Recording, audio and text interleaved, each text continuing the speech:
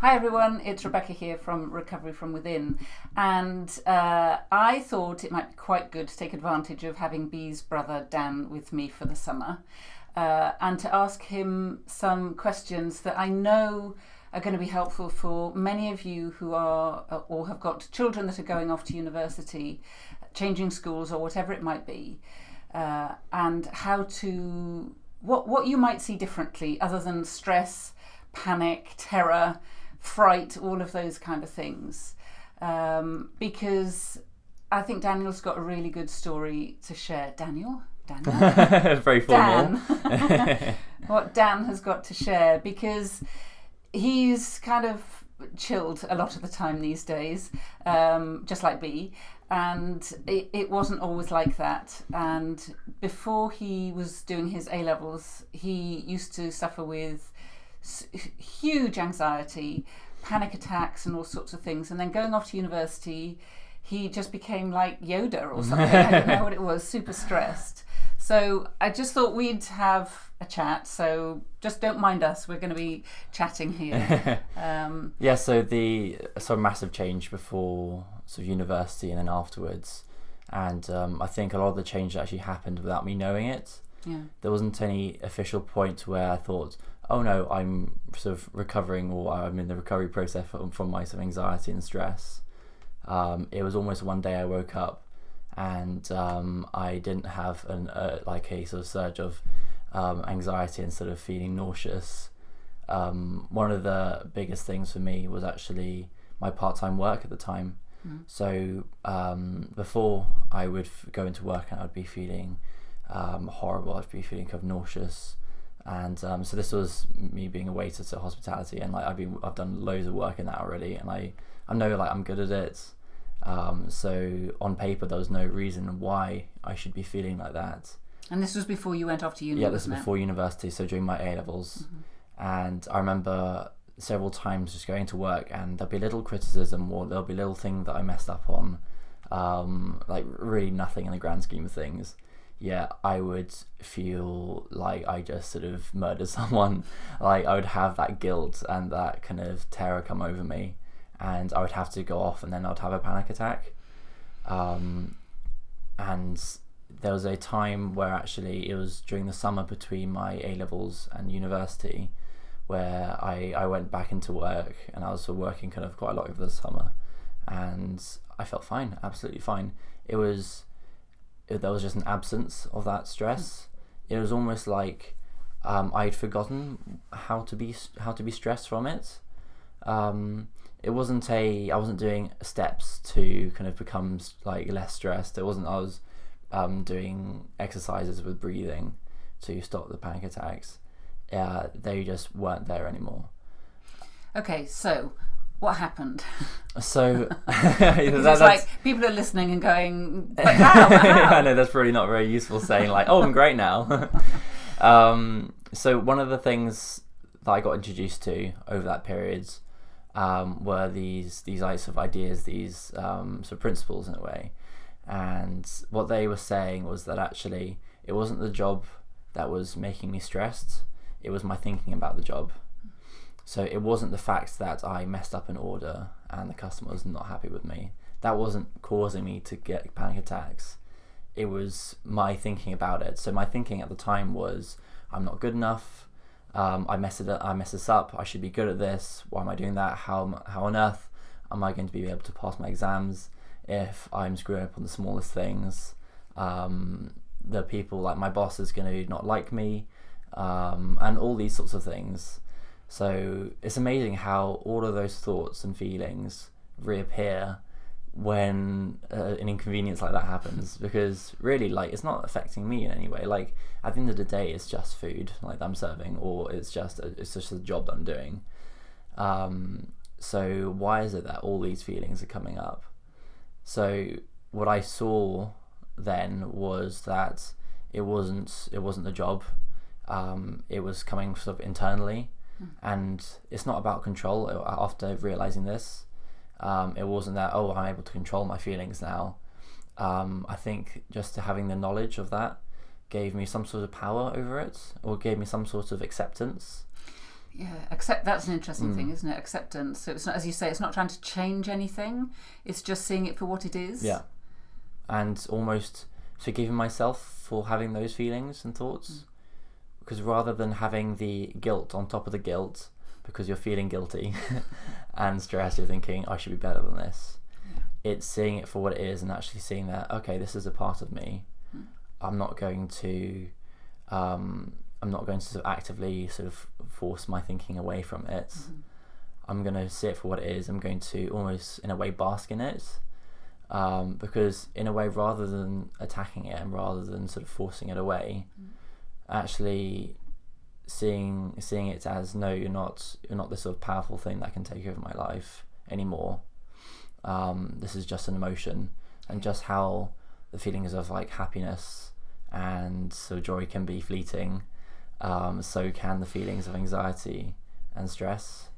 That's such an interesting thing, isn't it? Because so what I see now as well, and having seen it in you and in B and also in myself, is that we almost hang on to those feelings somehow and multiply them the more we focus on them. So there's this wonderful diagram I've got of kind of a cartoon character lying flat with all these thought bubbles literally piled on top of her, saying, I'm not good enough, why is everybody looking at me, or I'll never do this, I'll never amount to whatever. And actually what I see is that they're thought bubbles. It's cloud, it's made of nothing, but it's weighing us down. And it's fleeting, as you say, it's transient. I mean, the quotation, which is a bit kind of bit cheesy, but it's this too shall pass. Yeah. Like the person that sort of came up with it was challenged to come up with a quote which would make you happy when you're sad and sad when you're happy, because it's saying that this too shall pass. Your feelings of happiness, whatever, they will pass at some point, and so will the feelings of sadness. Yeah. Everything is sort of temporary and transient. I think that's the biggest thing, is the idea of transiency. Not sure that's a word. Yes. But it's the idea that if I'm feeling anxious, or say if during my job, like I would still feel a bit kind of anxious or kind of stressed, it's knowing that actually it will pass. And it's also okay. Yeah. That's the thing, is that we think others don't feel like this, that it's only us that has these thoughts and feelings. But all of it's okay. It's all of our human experience, isn't it? There's no such thing as good emotions and bad emotions. No. I remember in primary school, actually, we had a task which was to sort a list of emotions into good emotions and bad emotions. Blimey. And alarm bells. But really, there's no such thing. Like, we put all the value onto these emotions. We put associations. We see that having these negative emotions makes us weak, makes us vulnerable, makes us kind of lesser than other people, less talented, less intelligent. And for some reason we look at these happy emotions and we're like, obviously we want to strive towards feeling kind of happy, but really you have to have that balance. It's the kind of yin and yang. Yeah, exactly. And I just popped into my head, and I'm not going to say it right, but a Shakespeare quote about there is nothing that is either good or bad, but thinking makes it so, and that's absolutely what we're talking about here, isn't it? And that wasn't, I said it wrong, but you get the gist. It is only kind of what we associate with the emotions. Sure, like just because I have this sort of change now and this understanding, it doesn't mean that I'm sort of immune to. I'm not kind of this person who's always sort of buzzing and always sort of happy. Like, that's not the point of it. This isn't sort of 10 steps to make you always happy, because that's impossible, and you wouldn't want to be like that anyway. And actually, so last year I went off to France. And I know. Yeah. Obviously. You drove me there. I did. So I went off to France, and second year university was sort of difficult, but I got through it, and had a great time. And go off to France, I was really, really excited. And I got there in the first week, I was like, I am so overwhelmed right now. And I hadn't felt a lot of these emotions. I remember calling you up actually, and I was thinking I haven't made any friends, because I had to come a week later, and everyone seemed to have met each other before. And I was thinking, I'm going to be alone for the year. Like, this is awful. I remember like 3 weekends in a row just not doing anything, just because I tried to make contacts and friends, but nothing was reciprocated. And the only thing that was different from how I felt then to how I felt before university was that if it was before university, it would have gone on for weeks, that feeling. And also, who knows what might have happened. You might have said, Mum, I can't do this, I've made a mistake, come and get me. Yeah. And I would have been as anxious then as well. Yeah. But you're absolutely right. I knew there was a part of me which knew, despite how horrible that feeling was, how crushing it felt, I knew that it would pass, even if I didn't know it consciously at the time. Yeah. I knew that it would, so I wasn't escalating as far.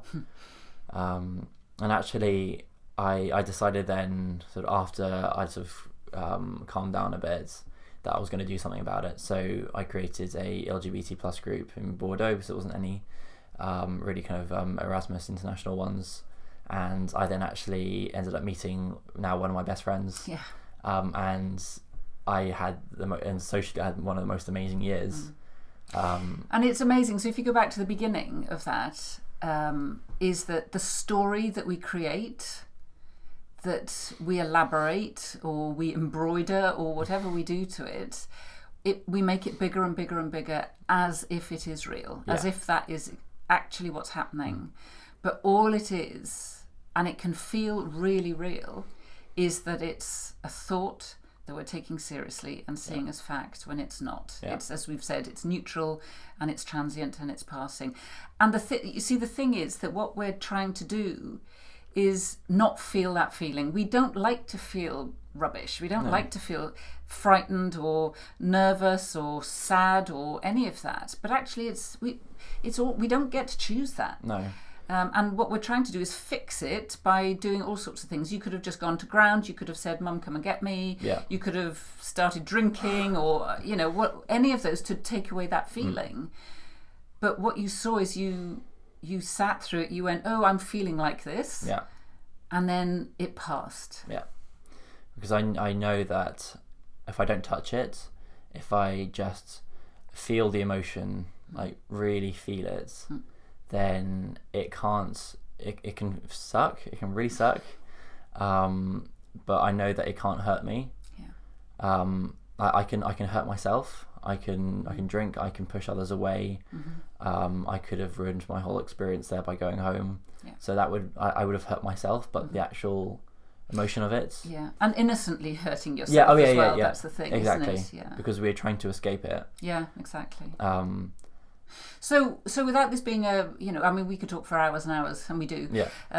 But so what would you say to people that are maybe going off to university, or parents that are, how can they help, or just generally maybe a couple of things? I would say first, give yourself time with emotions before, say if you're feeling kind of overwhelmed, before kind of jumping to or escalating in a way. It's easier said than done, obviously, but try and give yourself a few moments, even if it's a few seconds, to try and calm your thoughts as much as possible. Notice. It's almost like a stepping back, isn't it? Maybe not calming, but it's about noticing it. Notice your thoughts, and notice them when you're feeling all sorts of emotions. Notice it when you're on a night out having fun with your friends. Notice how happy you're feeling, and just observe it for a little bit. And then same when you're feeling overwhelmed.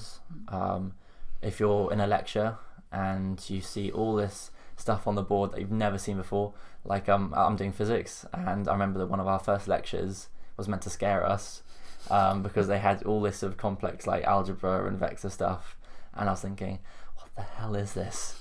This isn't English at all. And rather than that sort of escalating, I was able to actually think, okay, this is really, really intense, but this is going to be really cool when I understand it. Yeah. Because the same thing, so for example, if there's something which overwhelms you, one person could be completely floored by it, and the other person could thrive under it. Doesn't necessarily mean the actual event, the stressful event, was intrinsically like that. Yeah. We all have our own perception from it. So from that kind of first lecture, I was able to see like, oh, when I understand this is going to be like really, really cool and impressive. Do you know what comes to mind when you say that is if you're on a ghost train or going on one of these, horror kind of ride type things, is that it's not real, and yet we sense it and feel it as if it is. But just get that sense of that feeling that you've got it's not real. It feels, you feel it, but actually what's going on is just your thinking has just gone. I think it's so hard to separate the idea of what is tangibly real and what is internal, because they seem exactly the same, indistinguishable. I mean, you can watch a horror film and you feel like your life has been threatened, but it's not. But the actual feeling is 100% true. And it's the same, really. Like, obviously, we have moments where actually our instincts and those feelings are very kind of real, very, very kind of important. For example, if we're on a dark street at night, we're like, we should probably get home and not hang around. But a lot of the other times, it can be sort of unnecessary in a way. And I think so. That's worth noting. Yeah. So what else? Is there anything else that you might? So I would say as well, from maybe the parents as well, you don't always need to try and fix things.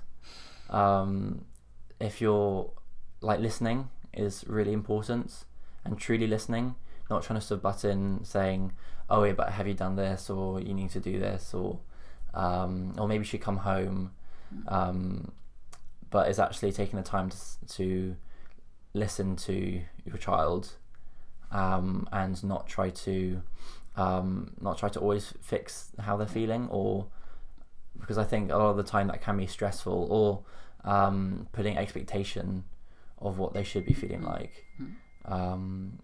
So I know that a lot of people, they get stressed because everyone says university should be the best time of your life, and a lot of people get stressed because of that. Yes. Because they have that expectation already. Yeah. So it's chill out. Yeah, like chill out in a way.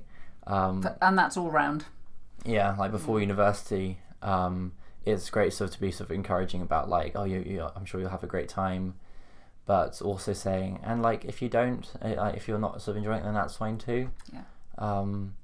Like you can, like this is your kind of choice of what you want to do. Like if you don't want to do it anymore, and it may be that university isn't the right choice, or whatever you're doing after school isn't the right choice, and that's fine to change as well. Yeah. Cool. Anything else? I think that's everything for the moment. Yeah. Thank you. I think that's going to be really helpful. Yeah. For people. Well, thank you very much. Okay.